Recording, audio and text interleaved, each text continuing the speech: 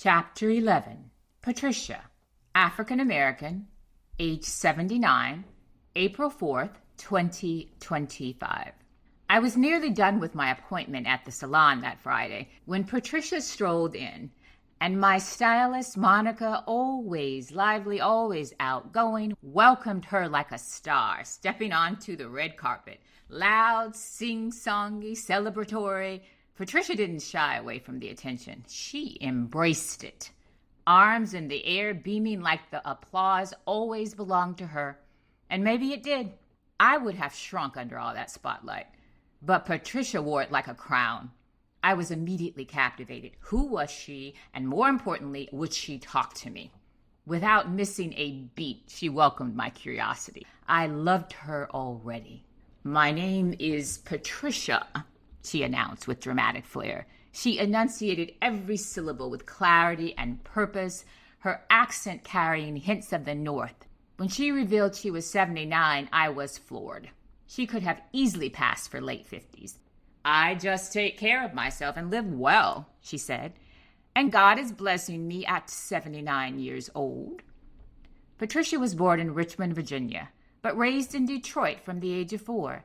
She married young, divorced, raised 2 children, and then in her late 40s, packed her bags and left for St. Thomas. Along the way, she built a remarkable career. She's a licensed therapist, a clinical worker in not just 1, but 3 states. She ran private practices, worked in the prison system, served as a forensic aftercare coordinator, and counseled countless people.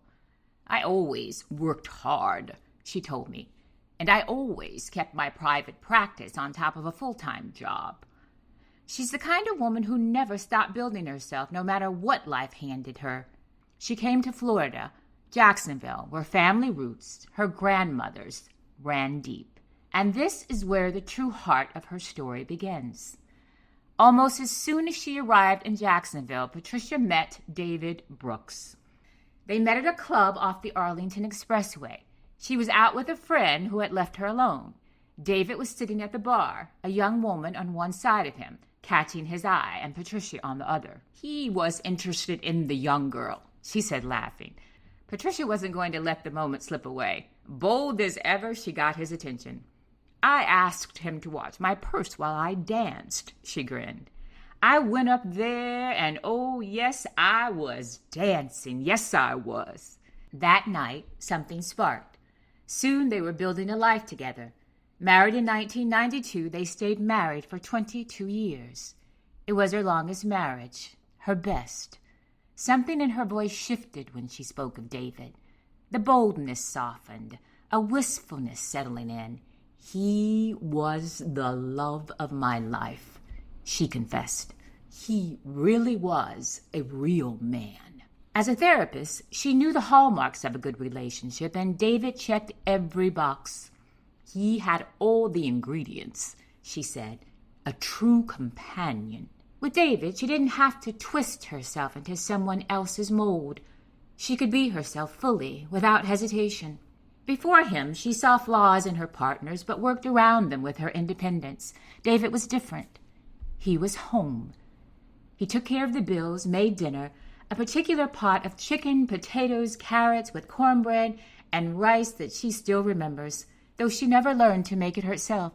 What she cherished most wasn't the grand gestures, but the quiet ones. I looked forward to him coming home. I looked forward to coming home. He had been married before, a 32-year marriage until his wife passed away from cancer and dialysis. David had 5 grown children when Patricia met him. Together they carved out a life that was, as she described it, a true partnership built on trust and care. But life, as it does, dealt its blow. David developed cancer. He went through surgeries, chemotherapy, radiation, but the treatments couldn't save him. As he lay in hospice, he told Patricia, "I want you to cut it off." At first she thought he meant the television.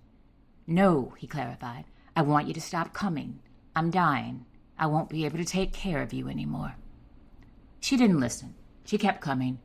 Love has its own way. When David passed, they held a wonderful celebration of life. He was cremated. His sons took over the family business, and life somehow pressed forward. He used to tell me, "You're going to miss me when I'm gone." She laughed, a bittersweet note in her voice. And sure enough, he was right. She won't marry again. She's clear on that. "I did that enough," she declared firmly. But she might allow herself a friend. She leads a very full life. "I'll work until I can't put one leg in front of the other, because I like money," she said jokingly. Seriously, she added, "I like to travel, I really do. I go out of the country." I asked her about the last trip. "Oh, goodness, I went to 5 cities in Spain. Barcelona, I loved it. Portugal, Italy, Rome. And those 5 cities were magnificent stuff. And then I went to the French Riviera." Patricia's life is grand by any measure. Multiple marriages, international travel, a career spanning private practice and forensic aftercare, living in the islands, and adventures that most only dream about. Yet in all of that grandeur, what shined brightest was something simple, quiet, and beautiful. A 22-year marriage filled not with extravagance, but with the steady, ordinary rhythm of love. That's the truth that rose to the top of this interview. Perhaps it's a reminder to all of us. The pearls of life often lie hidden in the everyday moments. The dinners cooked in a favorite pot, the joy of a shared homecoming, the certainty of a partner's love. They may feel unremarkable at the time, but when the story is told, they are revealed for what they truly are, the greatest treasures of our lives. May we all make the most of them. This is truth, and truth always rises.